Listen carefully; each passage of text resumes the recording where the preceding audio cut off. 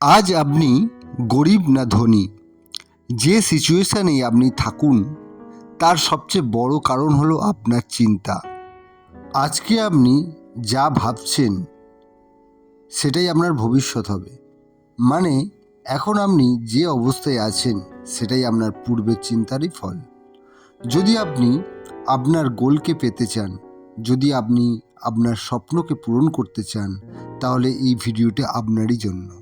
এই ভিডিওতে আমি যেটা বলতে চাইছি তা হচ্ছে ভিজুয়ালাইজেশন। কিভাবে আপনার স্বপ্নকে রিয়েলিটিতে পরিণত করবেন তারই ব্যাখ্যা এই ভিডিওতে দিচ্ছি।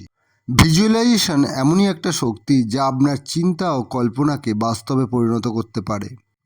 এখনও যারা জানেন না যে ভিজুয়ালাইজেশন কী, আমি তাদের প্রথমেই বলবো, যখন আমরা কোনো কিছু বিষয়কে গভীরভাবে চিন্তা করি, সেটা যা কিছুই হোক না কেন, সেই জিনিসটার পুরো ছবি আমাদের ব্রেনে চলে যায়।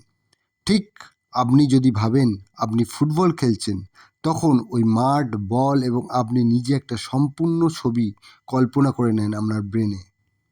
আর আমাদের ব্রেন সেই সম্পূর্ণ ছবিটা একটার পর একটা দেখতে থাকে।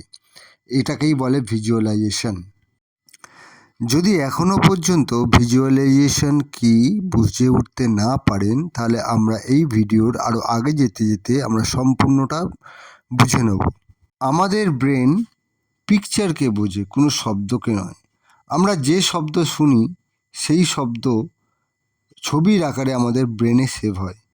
হ্যাঁ, এটা হয় কারণ আমাদের ব্রেনের কাছে সমস্ত শব্দের একটা পিকচার তৈরি হয়। আমাদের যে জিনিসের প্রতি কল্পনা নেই, যে জিনিসটা আমাদের কাছে অজানা, সেই বিষয়ে কল্পনা করা মুশকিল হয়ে যায়।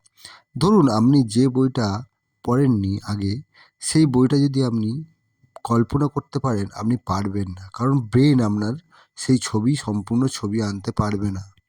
এই জন্য কোনো জিনিসকে পেতে হলে ক্লিয়ার পিকচার অবশ্যই দরকার।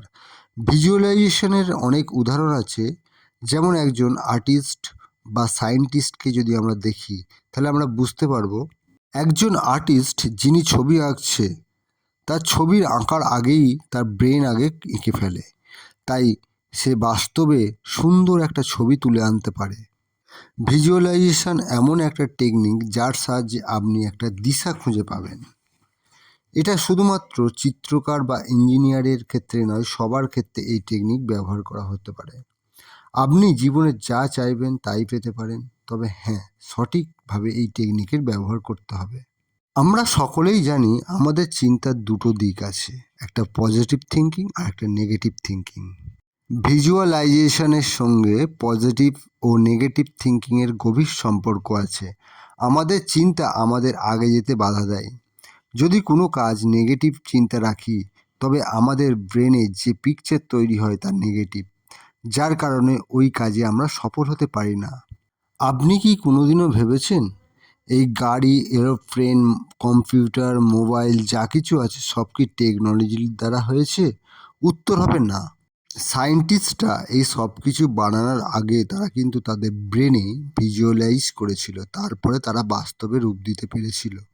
আমাদের ব্রেন এতটাই শক্তিশালী যে আপনি কল্পনাও করতে পারবেন না। মেল রবিন্স, যিনি একজন মোটিভেশনাল স্পিকার আর ফিলোসফার, যিনি মানেন যে আমাদের ব্রেনে একটি প্রণালী আছে যার নাম রেটিকুলার অ্যাক্টিভেটিং সিস্টেম, সেটি নিউরনের নেটওয়ার্ক। এর মধ্যে একটা ফিল্টার আছে যা কিছু চিন্তাকে পারমিশন দেওয়ার জন্য আর কিছু চিন্তাকে ব্লক করার জন্য। তবে ওই ফিল্টারকে প্রোগ্রাম করার কাজ আপনাকেই করতে হবে। ধরুন অতীতে কেউ আপনাকে দুঃখ দিয়েছে, কিন্তু আপনি তা এখনও ভুলতে পারছেন না, সেটা ওই রেটিকুলার অ্যাক্টিভেটিং সিস্টেমেরই কাজ। যদি আপনি মনে করেন আপনাকে সবাই পছন্দ করছে, তাহলে সেটাও RAS বা রেটিকুলাম অ্যাক্টিভেটিং সিস্টেমেরই কাজ। ওই চিন্তাগুলোকে RAS পারমিশন দেয়। আপনি যা চিন্তা বা বিচার করবেন, ওই চিন্তাগুলোকে RAS ফিল্টার করে আপনার ব্রেনে বা স্টোর করে। এই কারণে আপনার ব্রেন ওই জিনিসগুলোকেই পছন্দ করে যেগুলো আপনার সহমত আছে, কেননা আপনার RAS রেটিকুলাম অ্যাক্টিভেটিং সিস্টেম ওই ইনফরমেশনগুলোকে কনফার্ম করে। এই সিস্টেম আপনার ব্রেনকে সুরক্ষিতও করে। এতক্ষণে আপনারা বুঝে গেছেন যে ভিজুয়ালাইজেশনের টেকনিক কিভাবে কাজ করে, কিন্তু আপনি ভাবছেন যে সঠিক পদ্ধতিতে ভিজুয়ালাইজেশন করবেন কিভাবে। এবার সেটাই আমি বলতে যাচ্ছি, যা খুবই গুরুত্বপূর্ণ। সবার প্রথমে আপনাকে স্পষ্ট করতে হবে যে আপনি কি চান। একটা সুন্দর গাড়ি, ভালো ঘর, ভালো জব, দারুণ মার্কস বা ভালো সম্পর্ক। আপনি যাই চান না কেন, প্রথমে আপনাকে ক্লিয়ার হতে হবে আপনি কি চান। আপনার লক্ষ্য ফিক্সড হয়ে গেছে। এবার যেটা চাইছেন সেটা নিয়ে একটা নিজের মতো করে একটা কাহিনী বানান, যেখানে আপনি পুরো ওই স্ক্রিপ্ট লিখবেন এবং যেখানে আপনি নিজেই হিরো।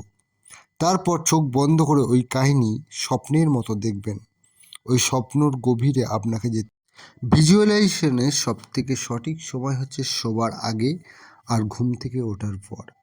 তবে এটা করার আগে আপনার শরীর ও মনকে শান্ত অবস্থায় নিয়ে আসতে হবে এবং আপনার শ্বাসের ওপর ধ্যান দিতে হবে।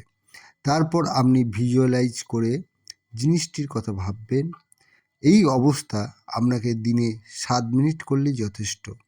এই নয় যে আপনি সারাদিন এই বিষয়টি নিয়ে ভাববেন। 2-3 মাস পর আপনি ফল পেতেও শুরু করবেন। অনেকে ভাববেন এটা তো নাটক। আমি তাদের বলবো, আমাদের ব্রেনের দুটো পার্ট আছে, একটা কনসিয়াস মাইন্ড আর একটা সাবকনসিয়াস মাইন্ড।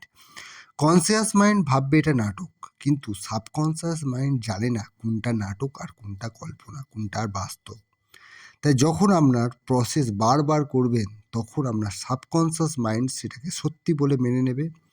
তখন তা একদিন বাস্তবেও পরিণত হবে। এই টেকনিক ব্যবহার করে অনেক সাকসেসফুল ব্যক্তিরা তাদের স্বপ্নকে সত্যিও করেছে। ধন্যবাদ।